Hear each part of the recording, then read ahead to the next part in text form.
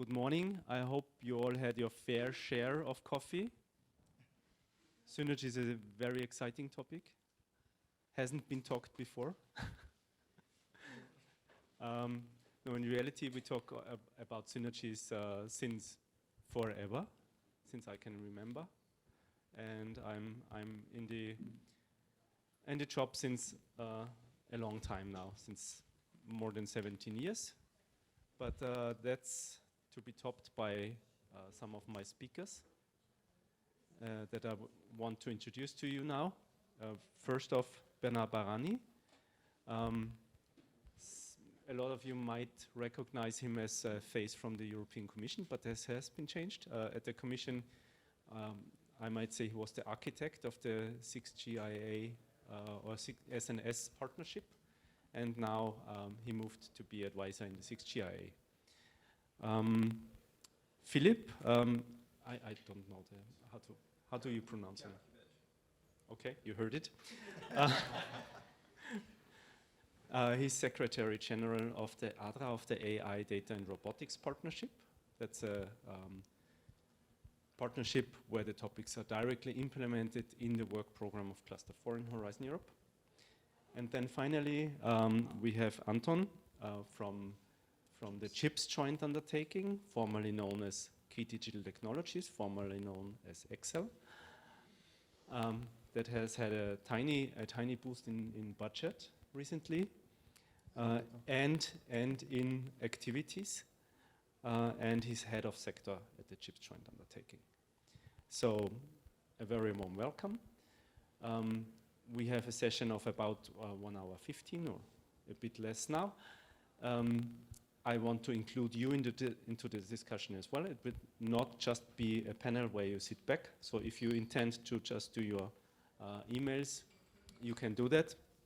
But you can also be part of the discussion. So whenever you want to say something, please just indicate that to me. I will give you the mic and then you can speak. But first off, I'd like the three panelists, thank you that you came here, to introduce themselves a bit and their partnership, some key achievements of the partnership, and with probably already some hints towards synergies within the partnerships in 5 minutes more or less. So, do you want to start, Anton? Okay. Good morning. Yes, CHIPS GU. I think we are a pretty good example to start with. So if we go to Excel and KDT and so on, we are the GU that takes care of electronic components and systems. This means everything from materials, equipment, technology development of making chips, to making boards, systems, software related to this, so all kind of electronics that you can imagine. Now, as you know, lately electronics has entered any possible aspect of our life and our industries. We have electronics in medicine, we have electronics in mobility, communication, we have in the industry a lot of automation, a lot of improvements of our productivity, energy saving, energy efficiency. Everything is really supported by huge amount of electronics. That makes us a kind of a horizontal GU that can support many applications. On top of it, we are a very specific GU. We are tripartite funding mechanism. So we fund with European funds, but we also fund with national funds. Each one of our contracts have two sources. So half of the money comes from the union, half of the money comes from the national states. That gives another twist of complexity to make the grants, but give us the opportunity to have synergies with national funding programs and give us the opportunity to align the European, let's say, strategies and targets with the national strategies and targets. And it's not only ending up there, we use also regional funds, not only the national government level, but also regions participate with us. we have been using structural funds for quite some time, and now, of course, we're using also resilient funds. So we have experience of managing projects that are funded from different directions. We have experience monitoring these kind of projects, reporting results to different funding bodies and to different, let's say, participants in these projects from a side of the governance. And that made us think that we are good to work in synergies with other PPPs or other parts of the funding family. So we have tried quite some time ago, starting with PPPs that are busy with mobility, because there is quite some electronics. You know that now cars are becoming digitalized, electrified, and autonomous more and more, and that the content of electronics in the cars is increasing more and more, and now we're talking that a car is actually a computer on wheels. So we had a very thorough discussion and even a letter of understanding with the CCAM, the PPP on autonomous mobility, where we contribute to their activity and where they can contribute to ours. It's a pretty good possibility to work in this direction because we provide the systems, we provide the sensors, we provide a sensor fusion that understands where the car is, but they provide the cars. And they provide the testing facilities like specific roads and all this setup. And in the end, they sell the cars. However, we didn't move forward from this. We have this letter of understanding. It's there. We know who can do what, but we didn't go further. Another attempt that we had was with the previous GU EMI, busy with medicine, as you know. There also a lot of synergies can be found. We make the scanners that make all kind of images. We make catheters, we make implantables, everything that is used in medicine. However, we are not busy with medicine. We don't do medical trials. We cannot define what these things and this machinery needs to do. So it would be perfect if they define and then they test this, and we make a big project that have a good impact from both sides. It has been quite difficult to combine funding, to impossible in Horizon 2020. So we decided to run a call that is parallel. So they run a call and we run a call targeting practically twin projects that should collaborate. It didn't work. So we had very low interest in these calls, and the quality of the proposals was not good enough, so we didn't fund anything there. We had a very good discussion with Clean Sky before, now Clean Aviation, because again, lots of electronics in the airplanes, lots of possibility to move from cables to wireless that makes the planes lighter, lots of possibility to put sensors in any part of the plane, even in the fuel tank, that makes the plane safer. We found common beneficiaries on our both programs, so we were trying to focus first on this and see how we can extend this. This had a kind of a limited success because we managed to attract some participants that are interested in our calls but were not participating before, and they managed to attract some of ours, but we didn't manage to make a common call or a common project.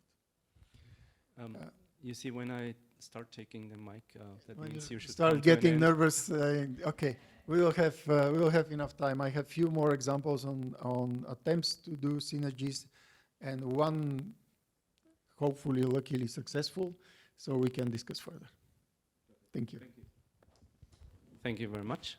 So let's continue with Philip immediately. Hello. Okay. So good morning, everyone.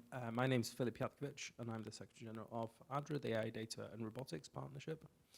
So with the private side of the public-private co-programmed partnership as opposed to two joint undertakings here, so our structure is slightly different. But we represent a broad church of members from industry, from research sectors, from the university sector, to contribute to the debate around AI technologies. We try to act as a think tank and a critical friend to the European Commission. We put forward recommendations. In particular, this is around what we call the strategic research innovation and deployment agenda. So this is our plan for research innovation funding, what it should be targeting for it's up to 2030, I suppose, but it's those. So I'll dive into that in just a moment. So ADRA was set up in the summer of 2021. That was when the memorandum of understanding was signed, and since then, I think so. It's clear we're quite a new organisation. So something that we're working on currently is our internal capacity to actually do synergies with other partnerships effectively, because I think this is one of the things that you pointed to as well, is that when you establish synergies, you really need to have the very, very clear short, medium, and long-term goals embedded in your plans for developing that partnership. Anyway, I'll come back to that in a second. So ADRA was set up in summer of 2021 with the goal of investing 1.3 billion euros of public funding and leveraging 1.3 billion euros in private funding to support different research topics, I suppose, broadly speaking, in AI data and robotics. So, I mean, we are set up as in a very similar model to the other co-program partnerships. So we have working groups that focus on policy, on standardization, on education and skills. And then we also have topic groups that look at domain level activities, so healthcare and manufacturing. And so all of these groups kind of contribute to those research innovation topics. We also work quite closely with member states and other networks. So when we designed our strategic research innovation deployment agenda, or let's just call it the SREDA, we consulted with member states, we consulted with our members, and we consulted with various other actors within the AI ecosystem, so networks of excellence. So synergies, I think, from our perspective, we have to be quite careful because, AI is a ubiquitous technology, it's a general purpose technology, so there's very few areas that it's not applicable in. So I think when we look to establish more strategic level partnerships, we have to be very, very careful with our targets and who we speak with and the benefits of that partnership. And as I said just before, that comes down to establishing short, medium, and long-term goals. In terms of the partnership that we are developing currently, it's with EIT Digital. We've publicized the fact that we would want to enter into a closer relationship with them, which means we'll sign an MOU at some point down the line. And at the moment, we've established a working group, a committee, that would look at some of the ambitions of that partnership. At the moment, they're fairly, they don't really work on the kind of technical basis, but they do look at things like shared services, access to information services in particular, how we can give access to membership value from both sides.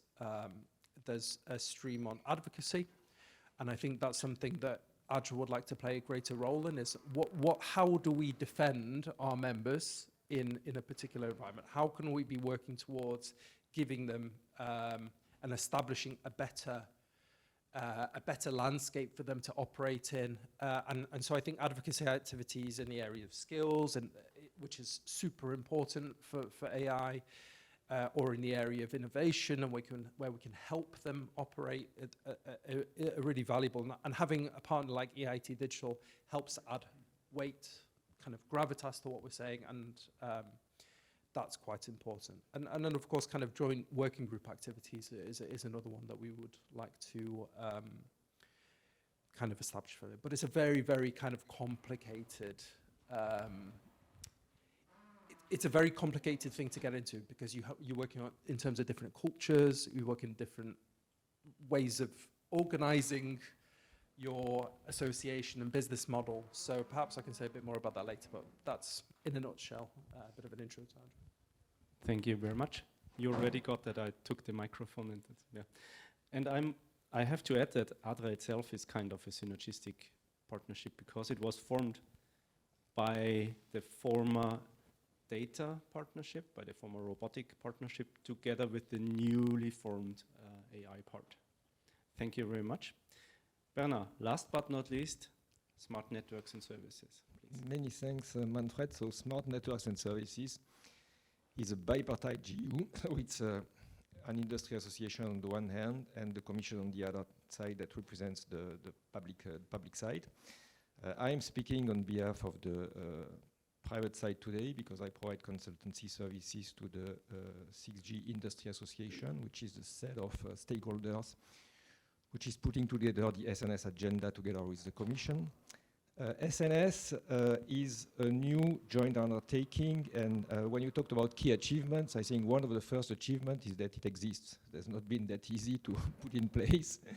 And it comes originally from the contractual PPP, the CPPP, that was the 5G PPP implemented under Horizon Europe, Horizon 2020, which now has evolved into this joint undertaking.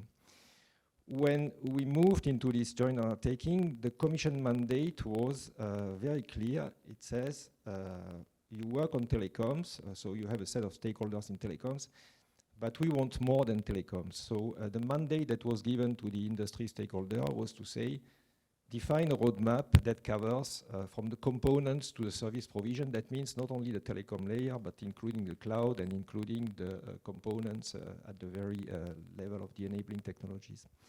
So that means that already at the level of establishing the JU, there was quite a lot of interactions with other constituencies, notably IoTI, which is working on in IoT, and constituencies like CISP Cloud, which were representing the cloud type of interests.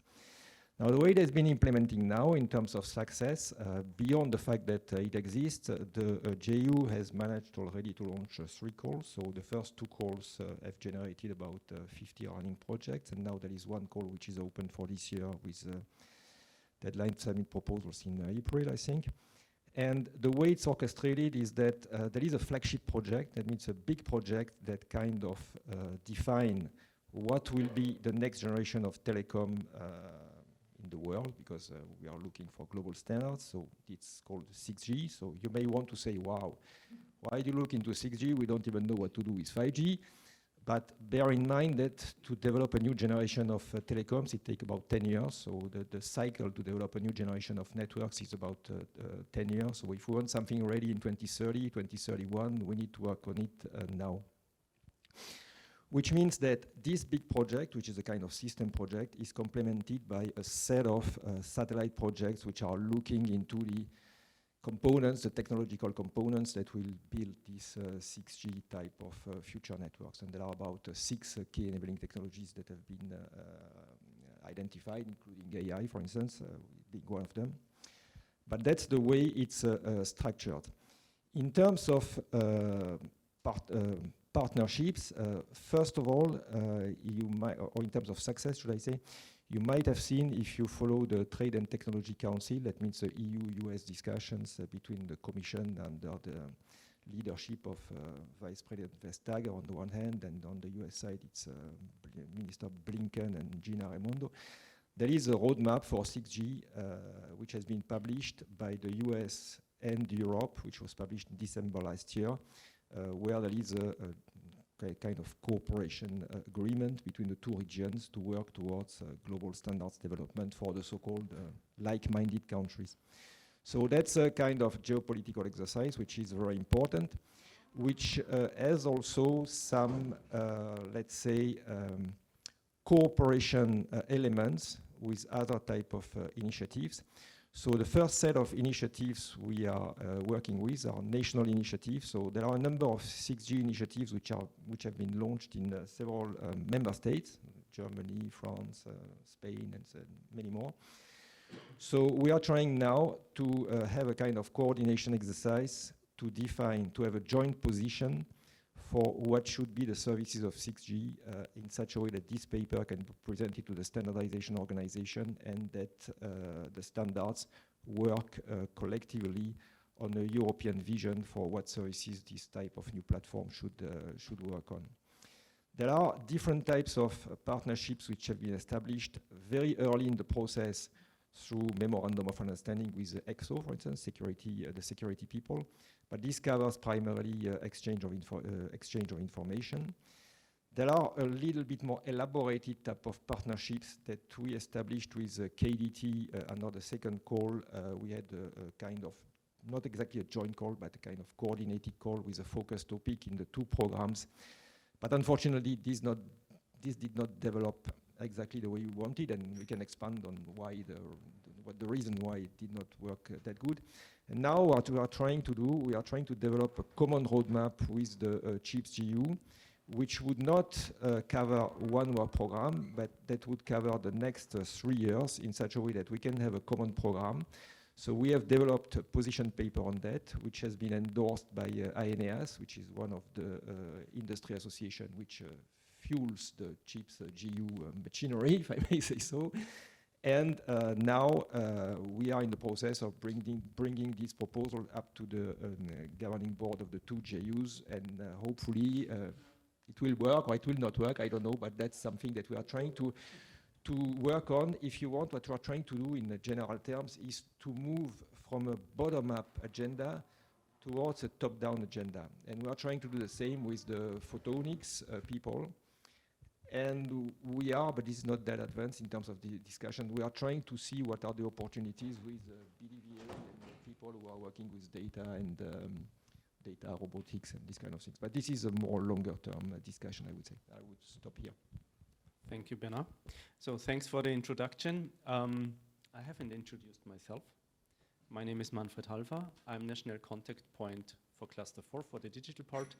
I'm also representative in the 6G SNS state representatives group, helping my delegate there with expert knowledge. And I'm the chair of this session today.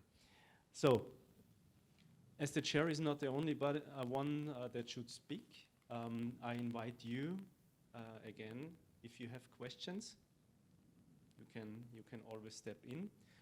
To give you a bit of time to think about your questions in terms of synergies or comments. They can be critical, they can be positive, whatever you like. I have prepared a number of questions myself, thought about it before, but please, I don't have questions for the whole session because I count on you to help me. Also, my voice is not the best. I'm still recovering from a cold.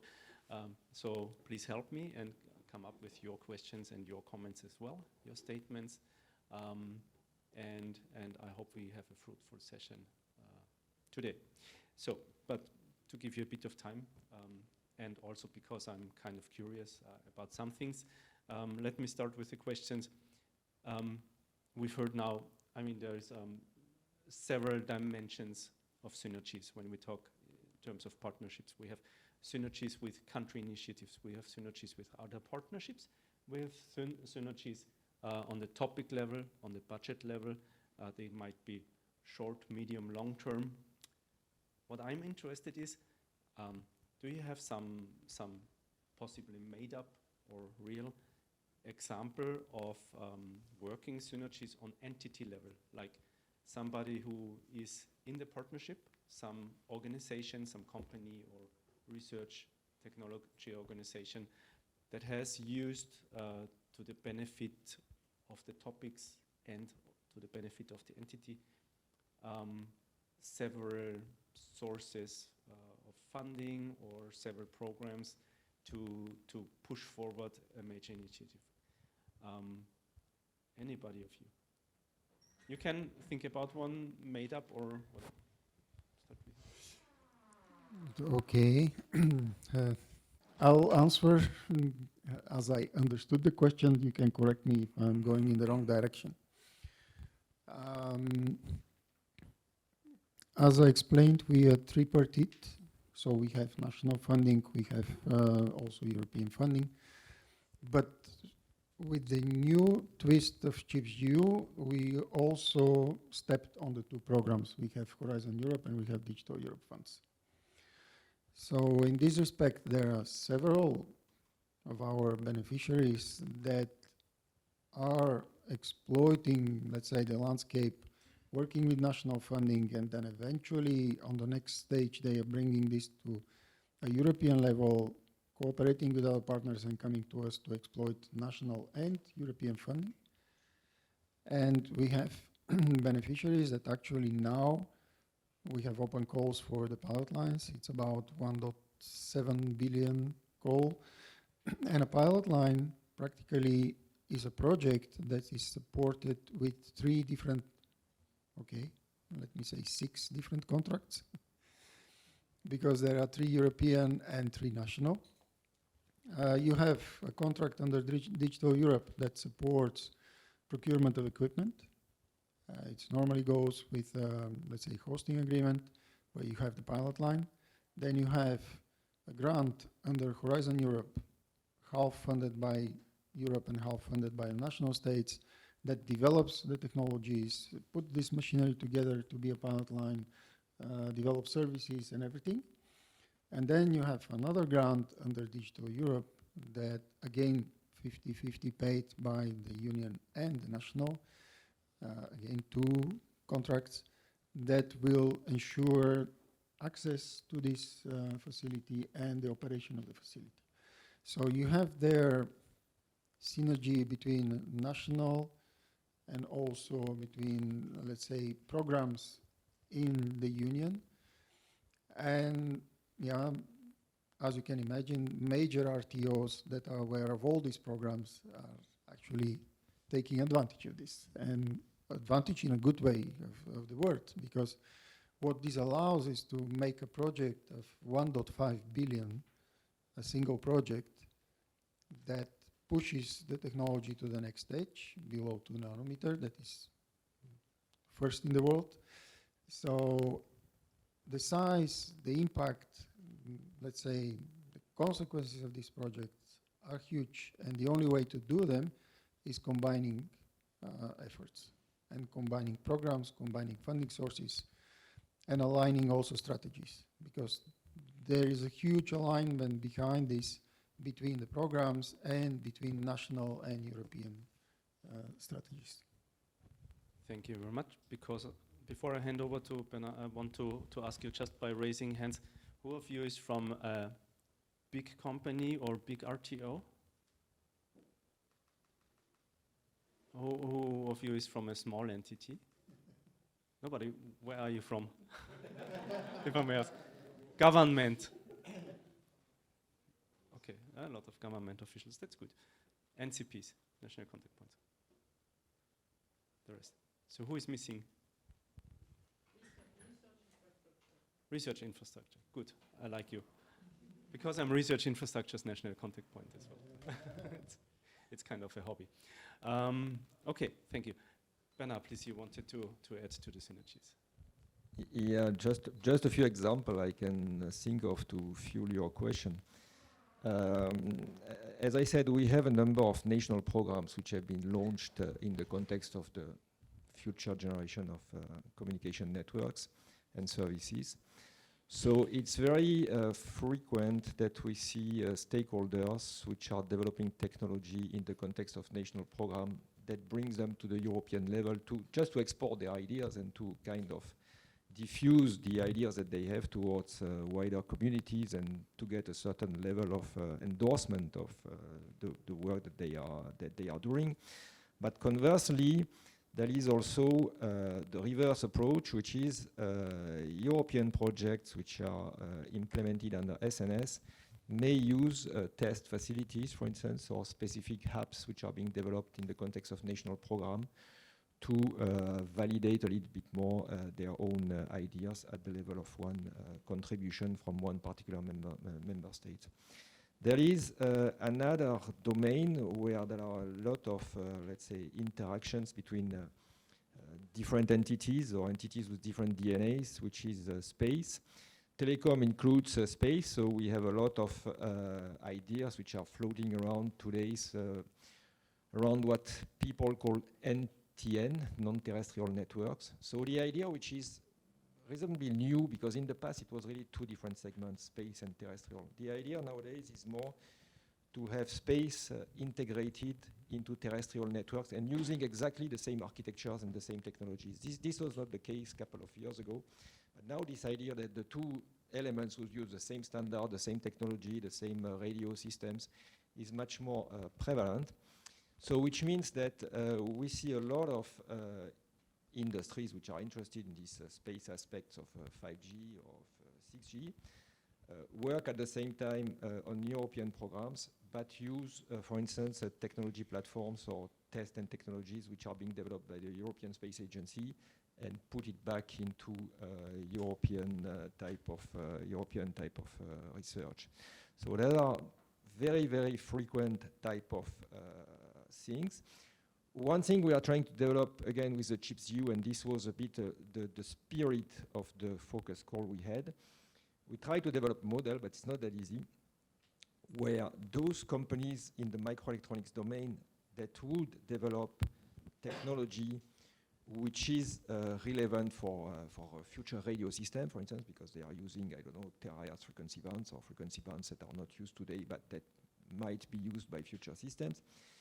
They can bring their technology bits and pieces and insert them or put them into a wider system demonstrator. So that means that SNS would provide the system approach, a full telecommunication link where all the bits and pieces of technologies are put together using the modules or the specific radio frequency RFICs that would have been developed by CHIPS GU. So that model, in our view, could be a powerful model, but this is something we have to work out a little bit more, because it's not that easy to make it happen in terms of synchronization, in terms of governance, in terms of convincing the various boards which are not of the same nature. So there is a lot of difficulties, but the principle, in our view, is potentially interesting. So I've just got a few kind of reflections from a slightly different perspective. So why do we want synergies? I think that's a really important question to answer. And from my perspective, it comes down to three things. So firstly, it's to kind of help defragment a very, very complicated landscape of funding projects and programs and initiatives. And I think all of you will kind of, I think, value the fact that it's important to have somebody or have an approach that has a big picture kind of approach. So you see the kind of interlinks between all of these programs and how they work together. The second thing is, stakeholders need some level of certainty and continuity as well.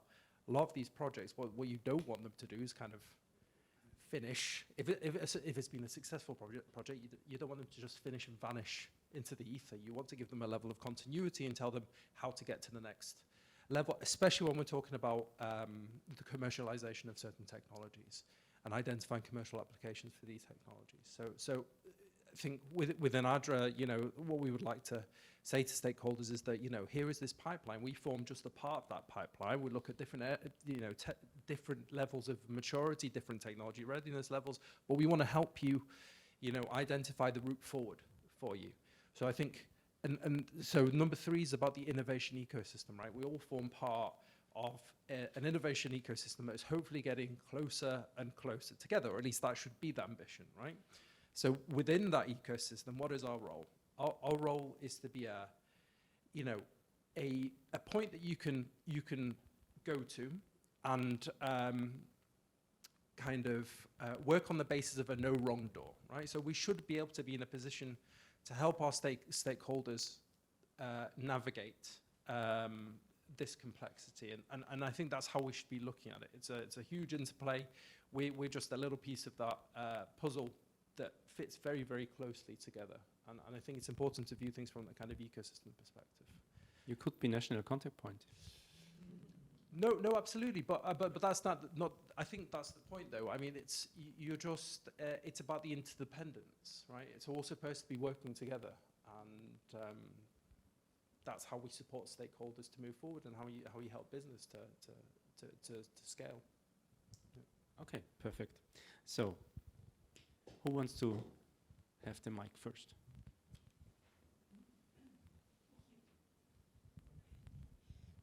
I understand from what you were saying that your main focus is on creating synergies between the various industries, various technology experts developing different parts of the platform that would form a part of the ecosystem. Is that correct? That's an essential prerequisite of anything that we are talking about today and for the next 10 years at least. What barriers have you encountered bringing together those different technologies? Because from the outsider's point of view, well, that's the technology bit. The synergies have to be built with other, users, governments, and so on. So within the technological domain, what are the barriers towards building those synergies? And why are you yet drifting apart? Do you want to tell us who you are? Oh, sorry, I'm Duška Rosenberg, and I'm working with the Idealists group. So this is my capacity here now. Otherwise, the researchers from University of London trying to set up a not-for-profit company now that I'm retired. So who wants to step in? Well, I can give you an example that we have been through when we talk to the microelectronics people, when the telecom people talk to the microelectronics people. This is something we have experienced because we have launched already several years ago CSA, which was called Connect, which were putting the two sectors around the table, trying to develop a joint roadmap for components in the telecom sector, future components. Now, the idea, if you want, the coordination and the cooperation worked very well. Now, when time comes to put the things in motion, it's a bit more difficult because it's not necessarily the same business interest on the two sides of the table, and it's not necessarily the same priority level. When the Commissioner Breton delivered the speech at the CHIPS GU launch event, he said, we will work with our lead market or something like that, and he mentioned automotive, industries, and telecom. I think the priority these days still on the automotive, side. Maybe I'm wrong, under the control of the CHIPS GU people, but in the industry, telecom still represents small markets. So if you want to push the industry to develop components for the telecom sector, and the Commission wants it because the Commission says telecom is strategic, it's a critical infrastructure, we must get rid of the let's say, the non-like-minded countries in our networks, we need to have a much better say in the value chains. So there is a push on the Commission side to develop the technologies that will feed a certain level of sovereignty in these critical infrastructures. And on the other hand, you have a certain level of reluctance of industry that says, but where are the markets? Just show us the figures. And when we say, in addition to that, that we would like the communication industry to go back into the domain of processors, for instance, where there are kind of thinking of sorts on how to develop RISC-V technologies to develop processors that can be used by this type of market. Industry starts being a little bit reluctant because it's huge investments, and at the end of the day, the markets are not necessarily there. So you see that there are some hesitations, which public money helps to relieve because it's a help to do something which is not necessarily immediately market-driven, but maybe is more sovereignty-driven. But there are a number of resistance that we can see. It's not that easy to put in place. Because the microelectronics sector, I would tend to believe, but again, under the control of my CHIPS GU colleague, that they will go towards the markets where there are basically a lot of things. If Europe still would have the smartphone market, that would make a difference. Because smartphones, it's huge volumes. But we don't have that. Infrastructure markets is not that big in terms of. So now the control instance. Yeah, in general, I agree, but this is kind of a helicopter view of other type of difficulties. What I took from the example of our collaboration is that you have other level of difficulties that is already the implementation level of the collaboration. In our GU, we used to be all bottom up. Now there is also a top down that is strategic important areas. They are supported with dedicated budget and with dedicated topics. What happened is in our first call for proposals on the chip, we had a very dedicated topic on 6G together with SNS. They helped to develop our work program, so they put the topic there, they described the topic. We dedicated money on this, and actually we didn't get any proposals.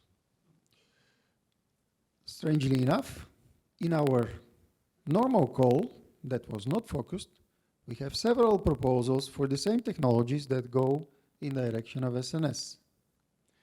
So what I believe we failed first was the maturity level that we were targeting. These were very early technologies that fit much better in their call than in our call. And having two parallel calls made that, let's say, beneficiaries went there. Our more mature technologies that are targeting radars or, let's say, main systems for communication on network, not really down to the users, but can be used there, actually went in our normal call because we missed to communicate properly that they also fit and have more chances under the focus topic and where they would communicate much closer to their final user. That from where I stand, one of the major benefits that we have as a GU, as an industry and as ecosystem is that these kind of synergies bring our customers to us. So we provide components, we provide subsystems, we provide even systems on a pretty high level, but we normally don't provide products. Products are normally provided by people like SNS or like people that are doing automotive or whatever. So having them in our calls, even defining our topics, is very valuable because we know where things are going, we know what we need to develop further. And then they can validate if we what have developed makes sense and works and everything. So it's very valuable, but we are tripping on the details, I would say. We need to learn how to communicate. We need to learn, you said it, very important, the synchronization of the calls and to give the perspective. Indeed, there is the market size. And indeed, we probably will not attract the most advanced and the huge industry, but we can attract the RTOs, we can attract the SMEs, and we can go step by step and develop this. So there, I have seen it in other attempts to do something together with another GU or another funding program. When we get down to the details, when it comes to budgets, when it comes to communication, when it comes to work programs, it starts to be difficult. And then, of course, this year, the focus topic on 6G was not voted in the governing board. Because if we didn't get proposals last year, it was very difficult to justify that it makes sense to put money on it and to insist on it again.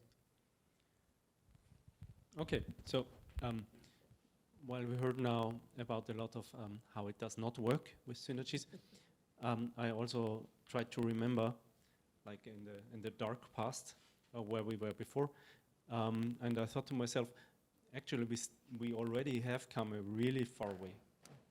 But now you might remember in FP7, something like synergistic use of programs of funding sources was virtually not possible. Also from the rule set that was implied on the beneficiaries, it was really, really difficult if you have some idea where you need different sources of funding to do that. You had to really strictly split everything with the risk of not getting one is jeopardizing the other part of your idea.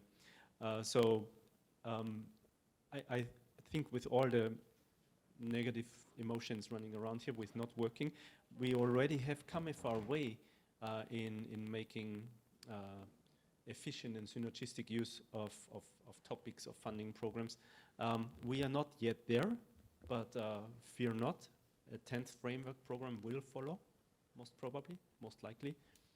So if you have ideas how to make it better, always make use of all the public consultations and more closed consultations. Get in touch with your state representatives and tell them what should be done better. So, who wants to comment? Hello, my name is Jonas. I'm from academia, from research. I'm not pure ICT. I'm mostly on the geodata aspect. But I have a question about the result of synergies in European perspective. If I'm out of scope, correct me for the question. I was wondering if there are synergies leading to the basic ICT infrastructure in a European level, and I'm talking about an operating system, an OS, European OS, a European browser apart from Opera, European cloud services, European teleconferencing software, which are not edge research, but I think they're basic for European independence in this era that we're living, this revolution, post-industrial. Thank you. Thank you. I think it's more in the term of sovereignty and technology independence. Yeah, I might say that even the European Commission, welcome, uses WebEx and things like that. So not strictly the European solutions. It's difficult. We had this discussion yesterday already in the AI session in the auditorium. When you think that the US, they're not really like-minded. That's my point of view. They are compatible with our views in some aspects. But in the US, you just drop some technology, you have an idea, you develop it to a certain point, and then you throw it to the market and see how much damage it does. And if the profit is bigger than the damage you do. And then it's a good product, basically. Yeah? In Europe, we like to test things before we throw them at people. If they are harmful, if they are compliant with our regulations and rules. And I'd rather live in Europe. That's my personal view. But if you want to say something. So just again, another quick kind of reflection on this, because I think there's a really good example from the kind of area of AI, and it's a brand new initiative. So you may have seen the AI Factory, the innovation focused package for innovation and AI, and that's something that will absolutely require synergies between a number of partnerships. So I mean, fundamentally, it comes down to Euro HPCs changing some of their kind of internal regulations to allow for this, but you know, they're opening up their infrastructure to a variety of different businesses and startups. From an ADRA perspective, we think is a really big step in the right direction, and Europe needs more of this. But you know, when you consider what will be the requirement in the future, it's you know, it will be hardware that is specifically geared towards training some of these AIs that will require some level of cooperation between a number of different partnerships to get the required engagement from stakeholders and scale and financing to flow into this. But so that's one example that you know is critical to kind of European sovereignty in these technologies. Thank you, Philip. So, more questions? The lady before and then you. Okay. So, in addition, just an addition. I'm Mark Antonissen from the Flanders government and also an NCP. You mentioned cloud and services. There is an IPCI, so an important project of common European interest, specifically on cloud and services. So this is built for the sovereignty. So it's just started up this year. So you might have to have a look at that. We are 12 countries in it at the moment, but there is still room for other countries to join. So the message is we are again a bit late in Europe, but we are trailing, and once we are up to speed. Thank you very much for all. I'm Maureen de Triche, and I work at the Data Protection Authority in Belgium. And I wonder, did you find some concern or each other, or do you make some protection from the data from any person, any citizen, and what are you concerned about it with the interoperability, with the synergy between all the program and all people? Thank you. So I think the question was in the direction of when you are synergistically working together, do you share data between each other? Is that in that direction? And is it sensitive data or not? And I believe it's more research data and more technical data that you share, and less who is working on what, who is doing what, or am I wrong? No, you're right. Data and sensitive data is a big concern, especially when we work with other organizations. One of the first agreement is what we share, how far we share. And it's one of the definitions that help us to go further, because in our case, we are a GU that supports industry very close to the market. We have beneficiaries that develop in our projects things that go on the market the year after the project. And they have markets of 10, 15 billion a year. So if any of this data goes out, and there are many people that would like to know what these projects are doing, it's a big problem. So normally when we work with these people, they put clear boundaries what can and what cannot be done. There are also, in some cases, research data that concerns people. There are also very strict rules, and a lot of care is taken, and there are specific ethical bodies that review this. We have quite some systems in place. I think with the synergies, it's not that big of a problem. It's more when you look at AI training data, but there is the AI Act that's dealing with that. We have initiatives, big initiatives in the digital Europe with data markets, data spaces that of course have to be GDPR compliant per definition. But it's always a concern, where does private data, personal data end, where does it start? Where's the boundary? And especially when you go into research, what data can be used for research and what not? Bernard, you want to add?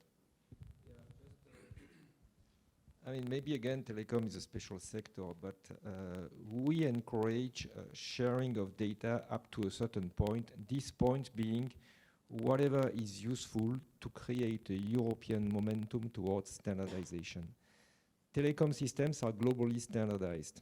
So we need global agreements to define what is the smartphone that you have in your hands, how it is going to communicate, and this is globally standardized.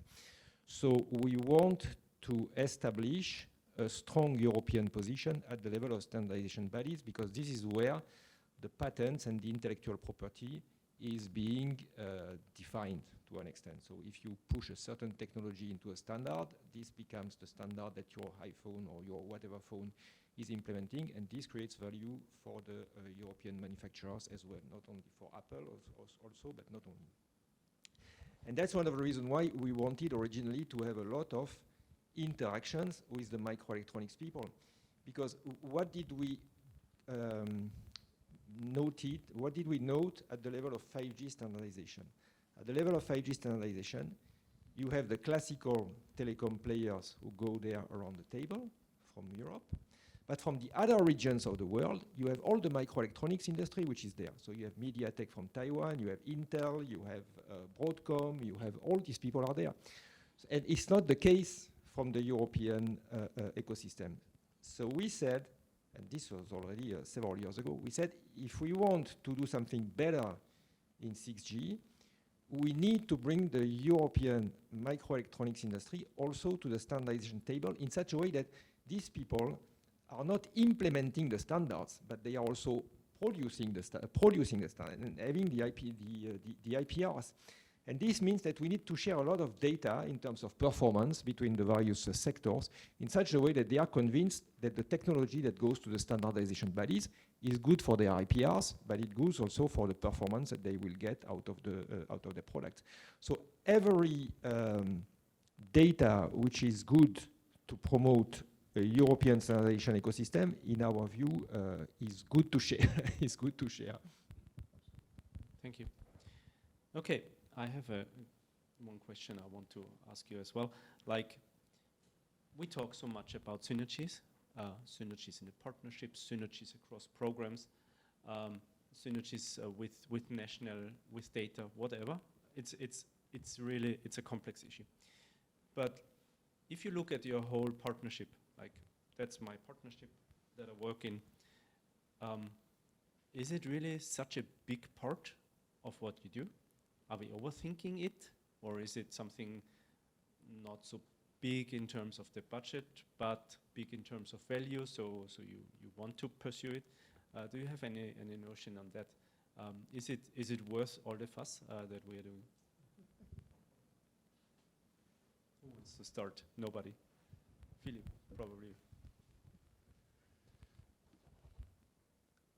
So is it worth all the fuss? I think so. Yes, absolutely. I think it's creating those kind of collaborative links with other partnerships is really, really essential.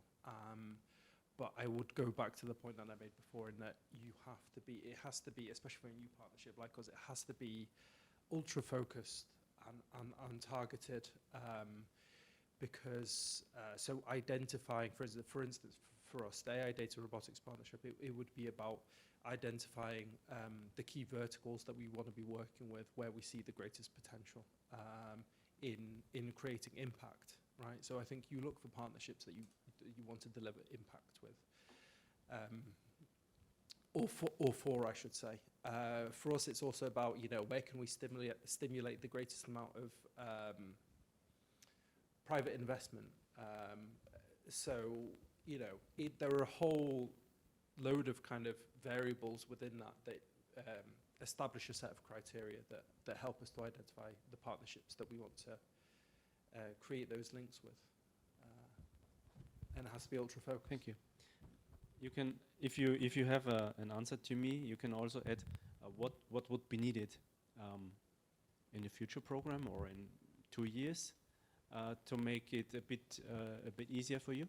What should the policy? So at a very high level, I think it comes down to the legal instruments. I think the legal instruments are still okay. So they're more flexible than they were in the last program, but they're still incredibly inflexible. And I think there's some work that needs to be done there to help those synergies happen in practice, and help them to be reactive to change as well, right? Rather than having established rules over a 7-year period that can't change or are very difficult to change, you need something that's more flexible and is able to respond to changes in the landscape or strategic priorities. For the Commission, if technology changes very, very quickly, and you need to be able to have that level of flexibility to change direction very, very quickly as well. So I thought you might say that. I want to have an answer from all three of you. So who wants to? Okay, if I start from the Is budget. it worth it and what Yeah, need to change? it's for the moment it's really a very small part from our budget that goes into synergies, but we do a lot of effort in this direction. Maybe it's specific for our GU, but we see it as a very important part. And what was explained here with SNS is very obvious that both GUs have a benefit of working together. They need the components, we need the customer, and we need their help to get into the standardization, because what he just mentioned is, if our solution becomes a standard, then we take the market. If somebody else's solution becomes a standard, then we have to throw away our own solution and start copying what they're doing. So it's extremely important that we work together and that they help us to promote our solutions into standards. But I'm very positive. I think they found a way how to really get into our program, how to put their priorities there, and how to actually even reserve some of our budget for their purposes. So, and we gladly will give this to them. We have successful, let's say, call in the same terms with clean energy guys, with the pure hydrogen. We have a project now that is defined by them on our call. We selected it, but they have defined all targets, and they will follow closely the project and probably even send observers to the reviews and get the reports and all of this. So yes, it's important. No, we are not there. It's a small part of what we are doing, but I truly believe it's needed and we need to pursue it. What needs to happen further to be, let's say, easier to do this? One big thing is to be able to do common calls. Now it's almost impossible. If we can share budget, if we can do common calls, if we can follow commonly projects, and they do part of it that is on the customer side, and we do part of it that is on the technology development side, we'll get much bigger, more impactful, and helping the European industry projects. Thank you. I just need to write that down. It's flexible instruments, flexible topic setting, and the means to cooperate closer together and don't have these artificial boundaries, sometimes artificial boundaries. Bernard. Yeah, the cross partnership work so far is not a very big part of SNS. At least I would say the visible part of the cross partnership work, because as I said, there is a certain part of cross collaboration which is coming from bottom-up initiative, which you don't necessarily see. That means that companies or entities coming to a European research program which are valorizing kind of research that they did in national programs or somewhere in IPCR or somewhere else, and this is not something that we necessarily see. But the structured part of the cooperation, that means what we call the top-down cooperation, is something we are trying to put in place now, especially with the CHIPS GU, and we are starting also with the photonics PPP. We are starting some discussion to see what we could do with them. But it takes a lot of time to prepare. In my view, it takes a lot of effort to prepare that, and maybe this should be something that starts at the very beginning of the program. You know, the CHIPS GU cooperation that we are trying to put in place, I don't know if it's going to fly, but we started the first series of workshops in October last year. It took until December until we had a stable document of about 30 pages that says, okay, this is what industry considers as priorities for 6G, and these are the underlying technologies that we would like to have from the CHIPS GU, including things that are not really in SNS realm, but which is important for them, which is what are the manufacturing capabilities, what are the pilot line capabilities, what are all these kind of things that they are developing in CHIPS GU. So you have to make, first of all, you have to understand how they work, which is not necessarily easy. Maybe they have to understand how we work, which is not necessarily easy either.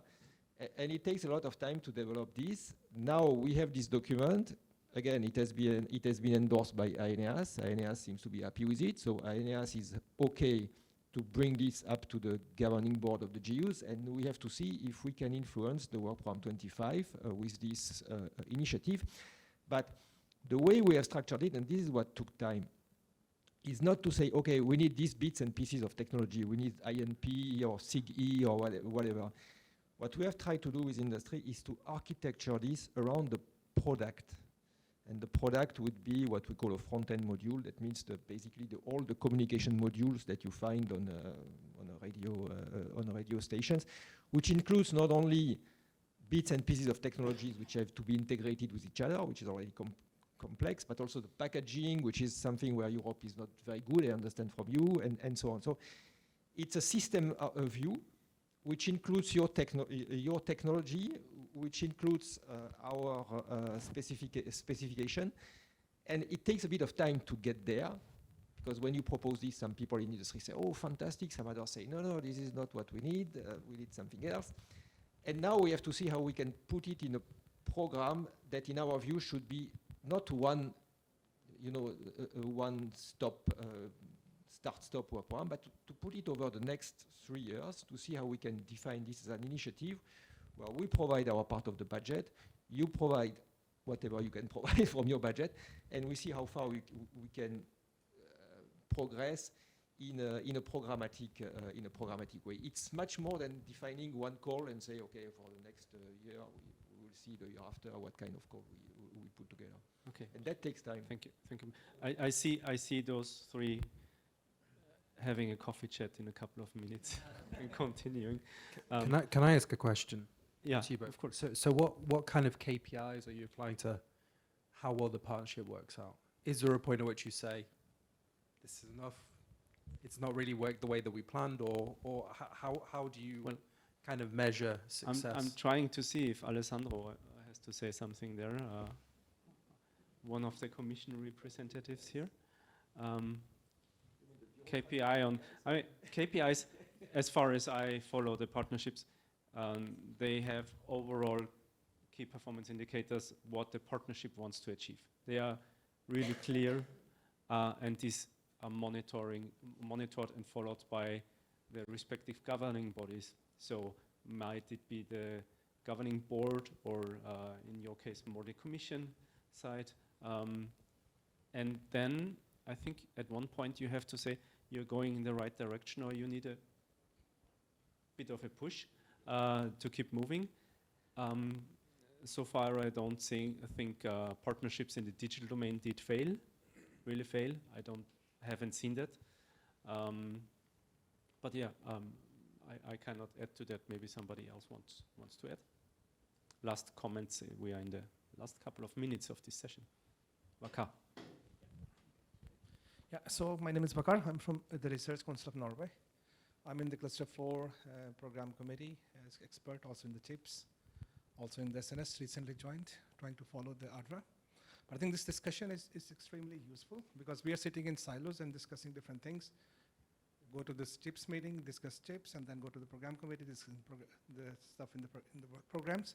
But there is a silo approach.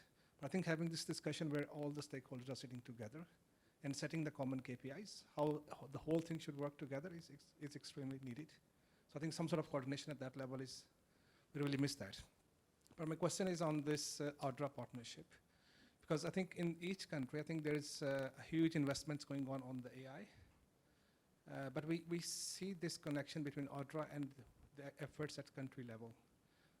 I know you're working towards the Commission and also towards the industry, but towards the countries, we really miss that connection. So what is your strategy there? I think the answer has to wait for the coffee break, because the session is at an end. But I believe that's a good thing to follow up on. I can also say that in the program committee for Cluster 4, we are asking, we the member states are asking the Commission, and I'm sure they will oblige to have more interaction with the partnerships. So not that we interfere with your agenda, but that we know what's going on, so we can manage on a national basis what to do. I hope it was worth your time as well.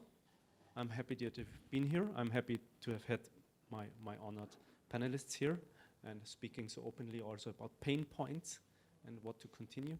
I took with me especially to push in the future towards more flexible approaches, so that the research and development does not follow the strict rules, but the other way around. The rules and the instruments follow to a certain extent the needs, and to enable cross partnership and cross thematic calls in a more flexible, more easy way, less painful.